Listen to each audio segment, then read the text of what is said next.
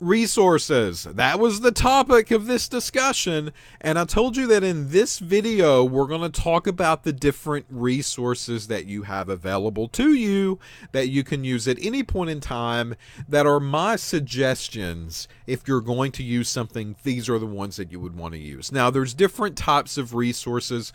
We're going to kind of mention quite a few of them, and I'm going to kind of break them out into a category for a second.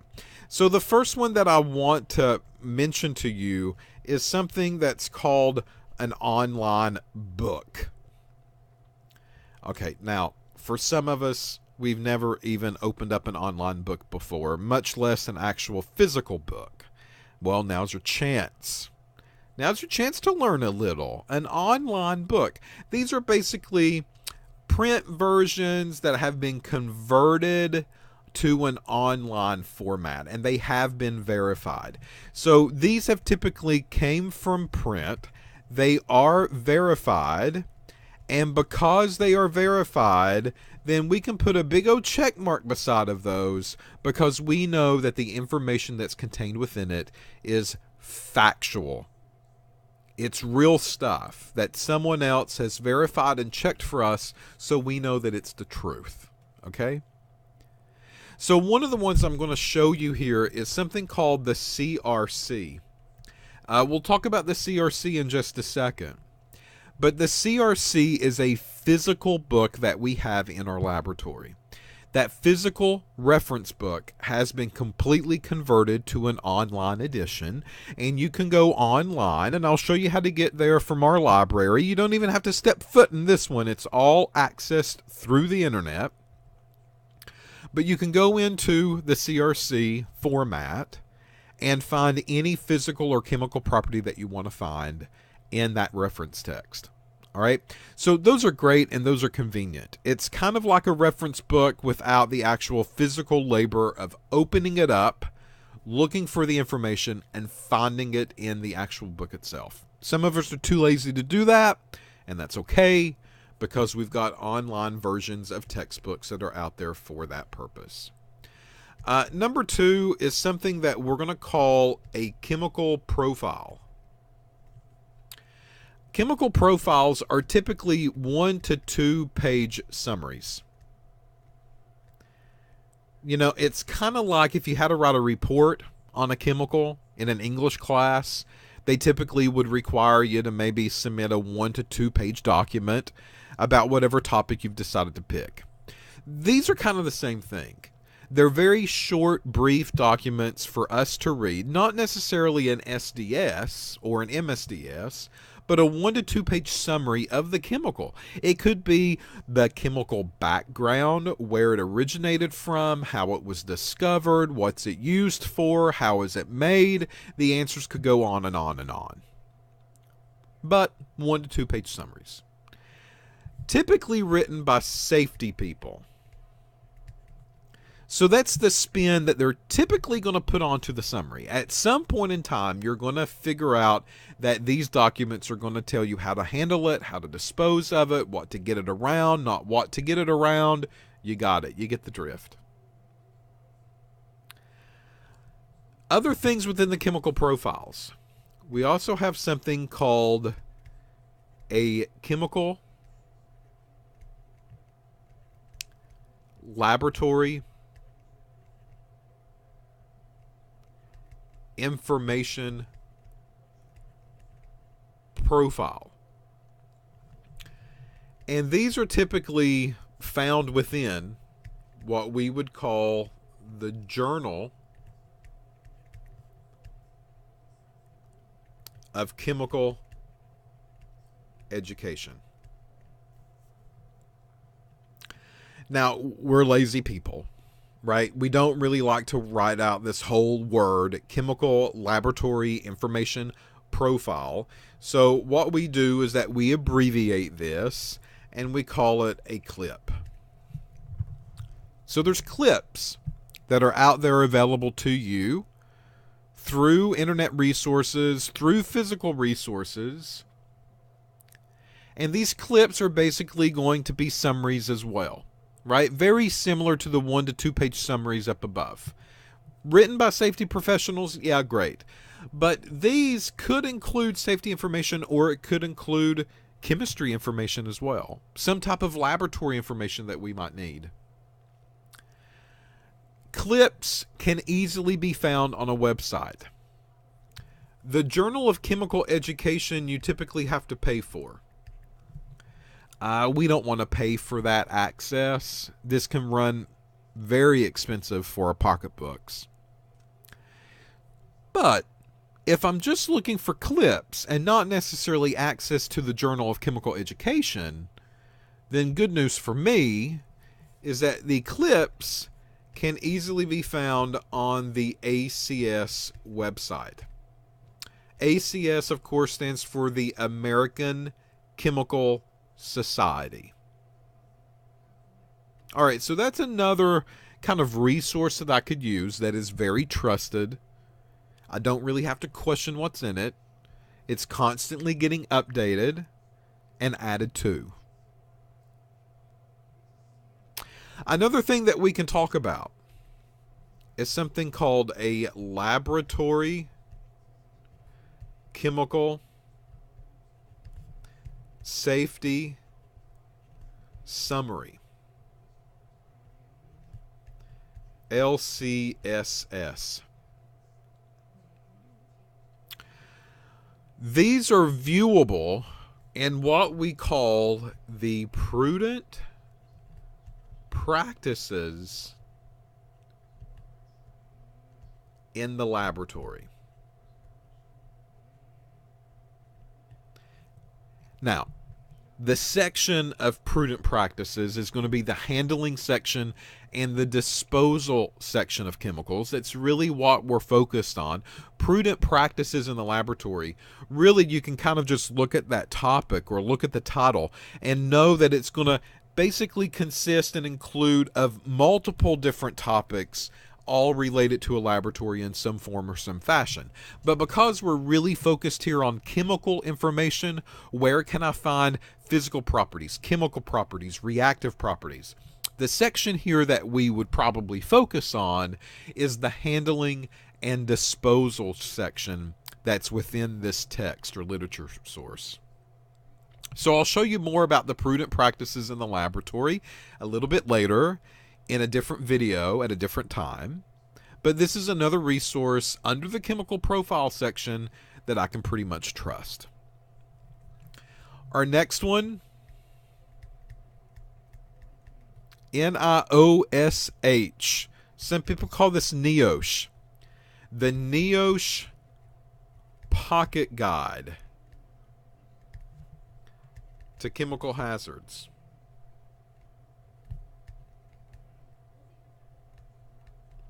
It's available on the internet. It's a trusted, verified source. I've got information here on chemical hazards. And again, if I'm working in a laboratory and I'm using a chemical and I've never used it before, information on chemical hazards could be very important to me. So again, we'll take a look at this a little bit later on. I'm just listing some options for you right now, and we'll take a closer look at them at a different video at a different time. Next up is something called PubChem. PubChem are basically publications concerning chemistry or the laboratory environment. They have over 3,000 chemical safety summaries available to them. PubChem, if you want access to that, is also a lot of money, right? However, certain parts of PubChem could be free. And 3,000 chemical safety summaries can be found within this literature source. PubChem is printed, and it's also converted to an online as well. If I keep going on and keep giving you options, our next option could be scientific journals.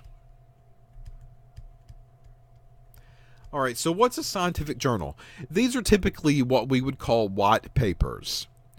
And these papers are documents that a professor or a researcher or a laboratory worker has written, and they are putting it on a database or putting it on the internet for other people to access and to read. Just basically a document that they want to share with the rest of the scientific community. That's all that they are. So sometimes these are typical physical properties that they have found, that they're discovering. They're letting other people know what they're doing with this particular chemical. And if you want to mimic that in your laboratory, you're more than welcome to do it. Other times they're doing a little bit of research on them. So we are reacting it with something. We are putting it in the presence of something else, and we would like to report to you what we're finding throughout this learning process for everyone. So scientific journals are great documents. It's also a way to stay up to date. If you want to know what's going on in the world, this is kind of like our newspaper that we always access and kind of take a look at to see what the latest, greatest thing is going on in a lab across the world at some place, at some point, in some time. A couple of journals that we might want to mention here would be something like the Journal of Chemical Education. We've already kind of discussed that one a little bit. But the Journal of Chemical Education is pretty important. The reason is because it's educating you on chemicals. That's where it gets its title. Well, go figure. All right, well, this education consists of a couple of different things. Number one, instructors could actually access this journal and figure out what they would like to do in their own classrooms at any point in time throughout a chemistry or some other type of laboratory-related program. It gives them ideas, not only in teaching, but it also gives them ideas on laboratory objectives as well. The Journal of Chemical Education, though, also has research documents available to the users as well. So, if you, again, want to stay up to date on information that's going on in the world, the Journal of ChemEd is going to be a great resource for you. Another one that we can talk about journal-wise would be something called the Chemical Health and Safety. Just like the title says, that's what it focuses on. That's what kind of material you're going to find in it. And this is another published journal that we can kind of take heart. They're telling us the truth. They're not biased. The facts are the facts, and that's the way that it is. Next up are chemical databases. Is there a place that I can go to and type in a compound name and basically find what I need to find as far as the properties go? And the answer is yes, there is. SDSs and MSDSs, again, they're the same, but I'm using both terms. But those MSDSs can be part of a larger database. So these are typically internet resources, and this might be ToxNet. We'll take a look at it in just a second. But you would also find things on the CDC, Center for Disease Control, right? And you can also find this type of information with OSHA and NIOSH itself. All of these are basically government agencies or trusted agencies that's providing us information that we need to make sure of. We need to make sure it's accurate before we go into a lab and do what we need to do with it. What about standards? I've got to be careful when it comes to standards too, right? I've got to go to the source. If I'm in a laboratory and I'm doing things and I want to make sure I'm doing the right thing and I'm following all the rules and I'm following all the regulations, standards are out there, but I need a trusted source. So this would come from something like OSHA. Most of the time, occupational safety is going to tell me what I should be doing in a laboratory and what my employer should be doing in a laboratory as well. 29 CFR Part 1910 is where you're going to find most of those. You can also access a website called NFPA. Again, we'll take a look at that a little bit later on, But NFPA is also going to be another resource that we can use. Safety information.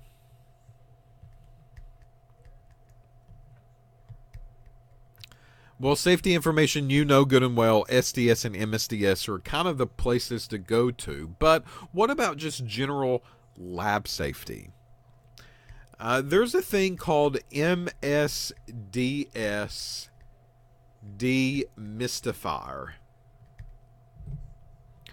We can also talk about the UN GHS as well. All of that's going to contain safety information that I can trust. I know that they're telling me the truth, and I can feel comfort when I go into a laboratory using that information that they've given me.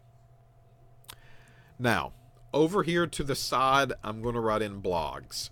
Yes, there are blogs that you can trust.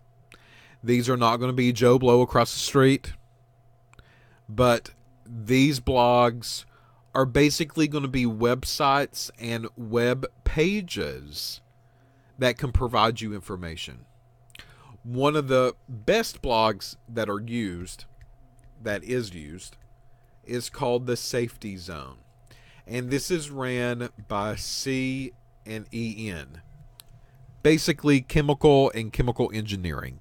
That's what the EN stands for. This is a resource that I could use, pretty much free.